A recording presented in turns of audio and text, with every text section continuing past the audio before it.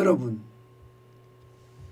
우크라이나에 대한 러시아 침공 한 달 내에 일어날 거다 하고 예측하는 게 지금 미국입니다. 유럽의 정보기관들도 러시아가 적어도 한 달 이내에 우크라이나를 침공할 거다 이렇게 예상을 하고 있습니다. 그 단서는 여기에 있습니다. 우크라이나가 나토에 가입하느냐 안 하느냐, 북대서양 조약기구 나토입니다. 서방세계죠. 서방세계에 가입하느냐 아니냐를 두고 말입니다. 러시아하고 서방이 협상을 했어요. 그런데 세 차례 모두 결렬됐습니다. 미국과 러시아의 고위관리가 스위스 제네바에서 10일 날 만났는데 이 회담도 결렬됐고요. 벨기에 브뤼셀에서 나토와 북대서양 조약기구와 러시아가 만났는데도 결렬됐고요. 13일에는 오스트리아 빈에서요. 유럽안보협력기구 OSCE죠. OSCE와 러시아가 만났는데 여기에서도 해결책이 이게 결렬됐습니다. 이렇게 되면요.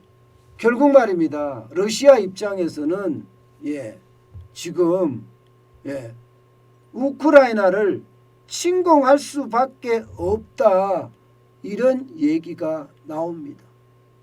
그 이유가 말입니다. 여러분 이거 한번 보세요. 과거에 러시아하고 소비에트 연방이라고 해 소련을 구성했던 나라들이 전부 다 하나 둘씩 지금 나토로 가입하고 있습니다. 나토로. 그러다 보니까 이게 점점 러시아의 그야말로 수도인 모스크바에 굉장히 가까워지고 있어요. 모스크바에.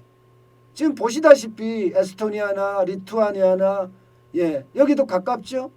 이게 우크라이나도 굉장히 가까워집니다. 모스크바까지 가는 게. 지금까지 러시아 같은 경우는요. 이게 모스크바까지 오는 걸 멀게 만들었습니다. 침략자들한테. 독일이 침공을 하려고 그러면 러시아까지 가려고 그러면 엄청나게 길었습니다. 동유럽이 대부분 소련의 연방이었으니까요. 그러니까 굉장히 어려운데 우크라이나는 굉장히 가까워요. 거기다가 키예프. 이 키예프는요. 쉽게 말하면 러시아의 탄생지입니다. 원래 러시아의 시작은요. 이 키예프, 우크라이나 수도인 키예프에서 시작이 됐어요. 키예프 공화국이 러시아의 수도였습니다. 러시아의 어떤 초기 공화국이었어요. 그런데 이게 몽고족의 어떤 서쪽으로 침략 때문에 옮겨간 거거든요. 그러다 보니까 이 키예프는 어떻게 하든 서방으로 안 뺏기려고 하는 게 러시아의 모양새입니다. 그런데 지금까지 모든 게 지금 틀어지고 있잖아요. 서방 세계하고 이야기하는 것들이. 틀어지니까 어떻게 되겠습니까? 뭐 침공은 얼마 안 남았다 이렇게 예견을 합니다. 한 달 이내에 러시아가 우크라이나에 침공해서 쉽게 말하면 친러시아 정권을 세우겠다 이런 얘기죠. 지금 현재 말입니다. 러시아는요 이미 SNS를 통해서 우크라이나 군이 러시아를 공격했다 뭐 이런 이야기까지 계속 번지고 있는 상태예요. 쉽게 말하면 전쟁의 명분을 쌓아가고 있는 거죠. 전쟁의 명분이 계속 쌓여서 러시아 군인이 죽었다. 우크라이나 군인의 어떤 총격에 의해서 죽었다. 이렇게 되면 전쟁은 발발되는 겁니다. 전쟁이 만약에 발발됐을 때 과연 세계 경제가 괜찮을 건가? 여기에 대해서는요. 대부분 충격적인 전망을 해요. 충격적인 전망을. 기본적으로 말입니다. 러시아는요. 천연가스를 유럽에 공급해 왔습니다. 지금 유럽이 말입니다. 러시아에게서 연료에 대한 의존 비율이 굉장히 높습니다. 굉장히 높아요. 거의 말입니다. 30%에 육박한다고 이야기하는 그런 숫자들도 많이 나오고 있거든요. 이렇게 되면 여러분 당장 말입니다. 천연가스의 가격이 폭등할 거예요. 전쟁을 하고 있는 와중에는 러시아가 유럽으로 절대 천연가스를 안 보낼 거니까요. 결국 말입니다. 결국 말입니다. 유럽은 천연가스 대란이 일어날 수밖에 없을 거예요. 지금 가격도 보면 1월 1일부터 1월 13일까지 가격이 올라가는 게 장난 아니죠. 천연가스가 MMBTU당 지금 13일 현재 4.716달러입니다. 이게 3.8달러 말미에서 지금 1달러 이상이 지금 올라갔거든요. 그만큼 말입니다. 전쟁의 기운은 점점 커지지 않겠느냐 이렇게 예상을 합니다. 실제로 말입니다. 실제로 전쟁에 대한 위험이 있는 징후가 있는 것이 지금 백악관의 안보 담당 보좌관이 천연가스 생산업체를 지금 찾아다니고 있습니다.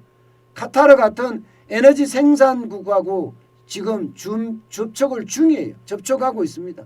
국무부도 이런 움직임 인정했습니다. 국무부도.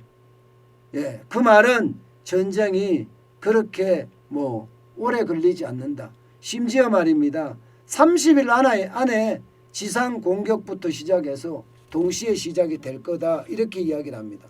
이렇게 되면 여러분 천연가스만 올라가는 게 아니에요.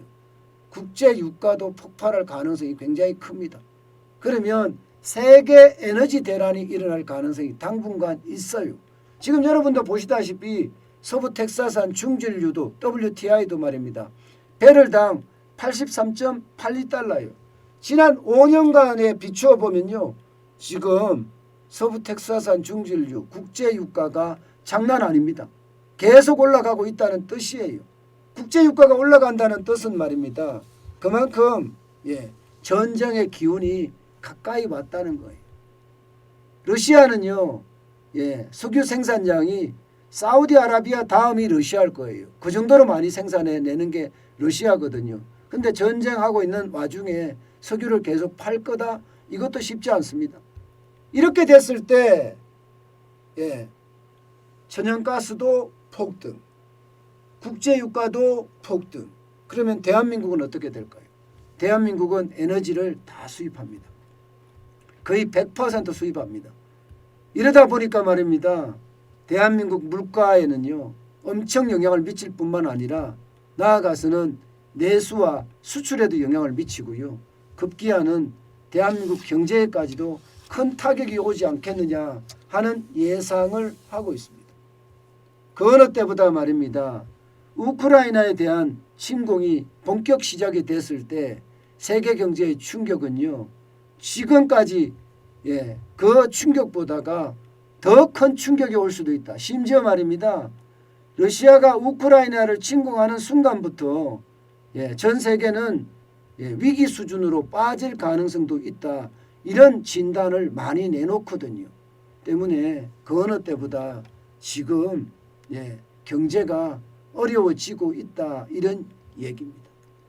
저는 이게 결국 충격이 점점 가까워지고 있다. 이런 생각을 지울 수가 없습니다.